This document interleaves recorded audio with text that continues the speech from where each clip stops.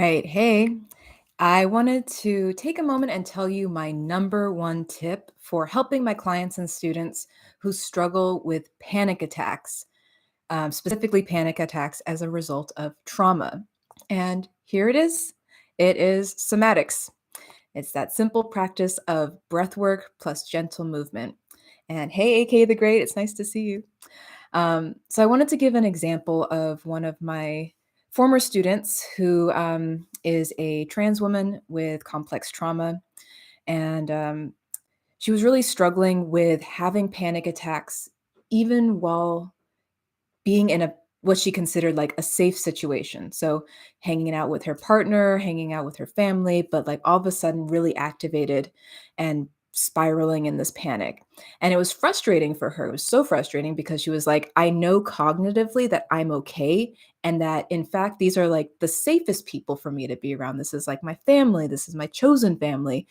But triggers and activation, take place from a different place than your cognitive brain, right? Like your nervous system is reacting to some form of stress, and you might not even perceive it until it's already happening. So I initially showed her like, here's some of my somatic techniques, the ones that are in my Feeling Better toolkit. And the first time I shared these, we didn't really practice them, and she did have a panic attack that weekend. And after the weekend, she's like, Harmony, I don't know what I did wrong. Like, my panic attack started and I tried to do your techniques, but it was already too difficult. Like, it didn't work. And I wanted to share this story because um, I think it's really important for folks to know, especially if you are a therapist or a coach or a teacher or a healer who's trying to help somebody. Throwing this technique to them and then saying, practice it when you have a panic attack is not the most effective way to help somebody out. And what would actually be better is to practice that technique, that breath work, in a situation of low stress and high safety.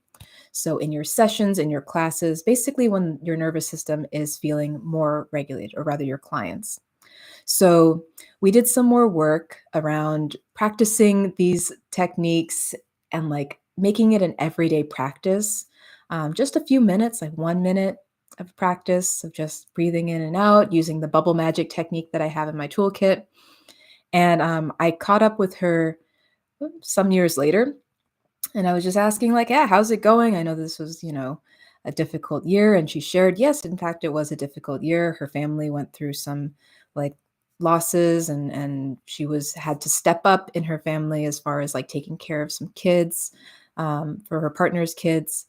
But this really like struck me because the way that she was engaged, even under this stress, was from a place of more groundedness. So these somatic techniques did in fact work in the long run because knowing how to practice them and knowing how to use them more effectively in a grounded state, she was able to notice the early stages, the early signs of a panic attack.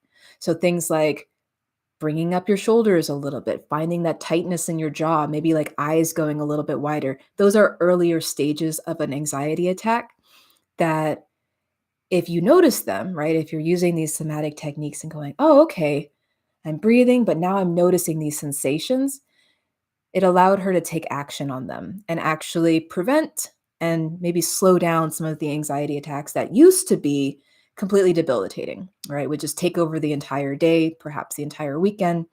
And it just was so frustrating to feel like there's nothing I can do about it. Hey, Prospect Therapy, thanks for joining.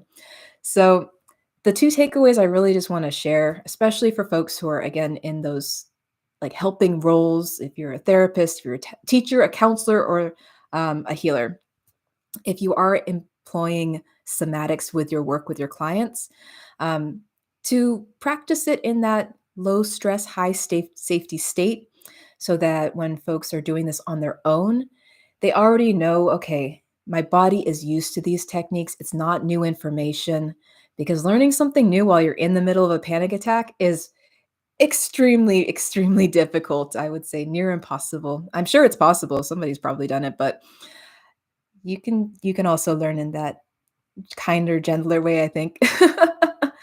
Um, so I wanted to share that. And also the second takeaway, is that once somebody is in a panic attack, it's sort of like a roller coaster, you kinda gotta just be with it until it rides itself out.